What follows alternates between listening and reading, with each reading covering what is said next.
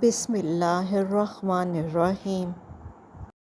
السلام علیکم ورحمۃ اللہ وبرکاتہ۔ اپنی پریشانیاں اسی کو بتائیں جو آپ کی پریشانی سننے کے قابل ہو۔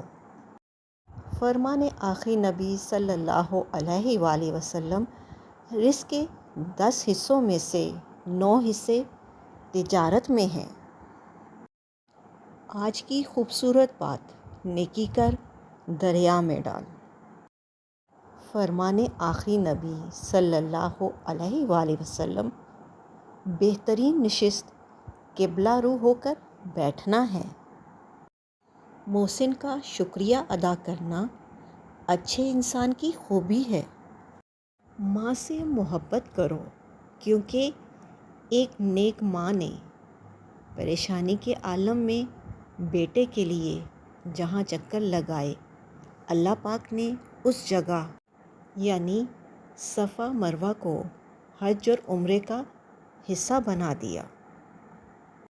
فرمان آخری نبی صلی اللہ علیہ وآلہ وسلم، مل کر کھایا کرو کہ کھانے میں برکت ہوگی۔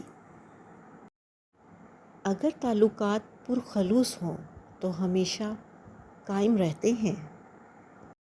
فرمان آخری نبی صلی اللہ علیہ وآلہ وسلم، جو کسی نیکی کا ارادہ کرے لیکن کر نہ سکے تو اس کے لیے ایک نیکی لکھ دی جاتی ہے۔ سخت رویے بات منوا دیتے ہیں مگر دلوں میں فاصلے بڑھ جاتے ہیں۔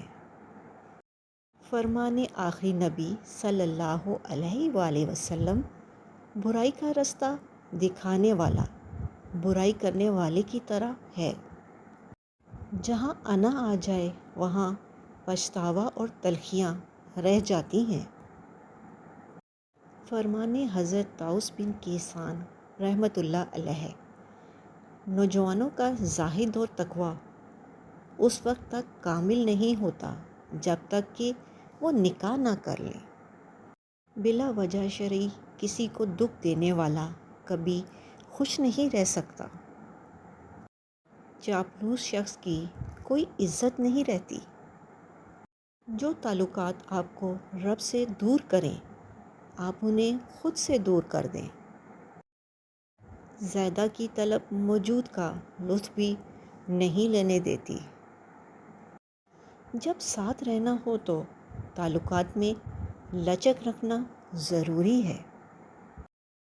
زندگی جتنی سادہ ہوگی، پریشانیاں اتنی کم ہوں گی۔ وہاں جانے سے پرہیز کریں جہاں آپ کو برداشت کیا جاتا ہے۔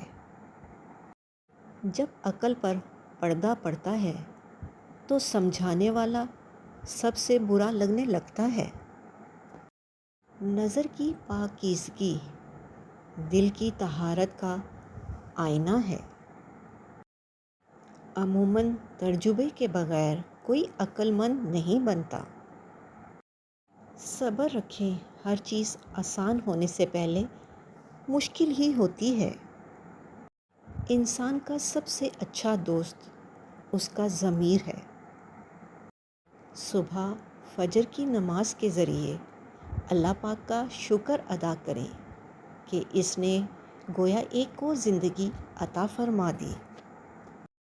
نیک بننے کے لیے ایسے کوشش کرو جیسے خوبصورت دکھنے کے لیے کرتے ہو۔ جلد بازی انسان کی کمزوری ہے۔ حاسد کو راحت نہیں ہوتی۔ حضرت علی علیہ السلام نے فرمایا، جب کوئی مومن کسی یتیم کے سر پر دست نوازش پھیرتا ہے تو خداوند عالم اس کے ہاتھ کے نیچے گزرنے والے ہر بال کے بدلے نیکی اور حسنہ لکھ دیتا ہے۔ توبہ راہ حق کا پہلا قدم ہے۔ تعلق توڑنے سے بہتر ہے کہ مل کر اپنی بدگمانی دور کر لیں۔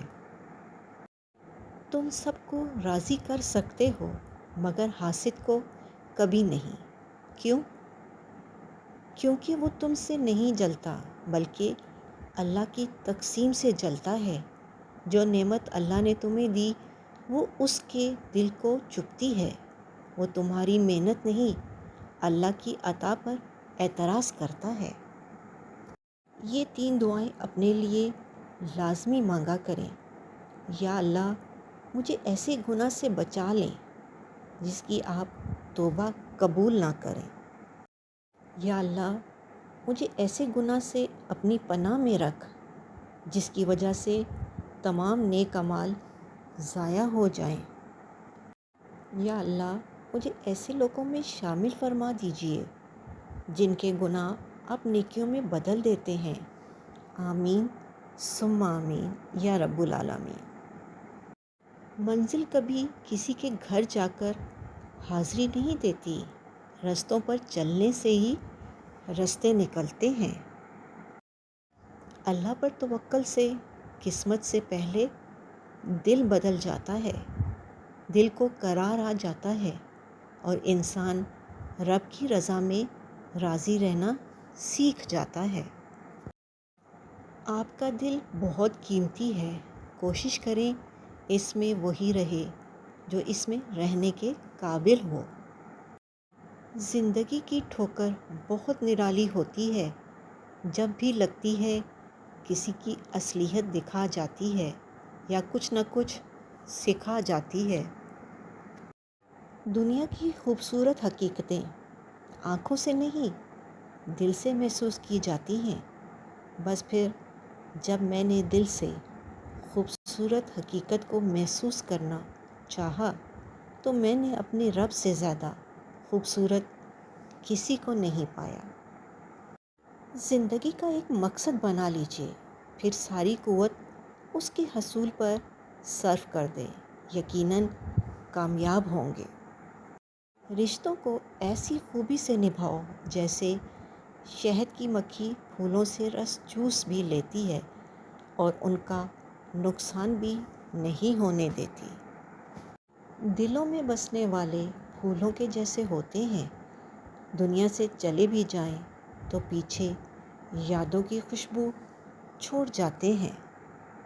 رستہ بند ہو گیا ہے، پہلا رستہ بند ہو گیا، دوسرا بھی بند ہو گیا، تیسرا بھی بند ہو گیا۔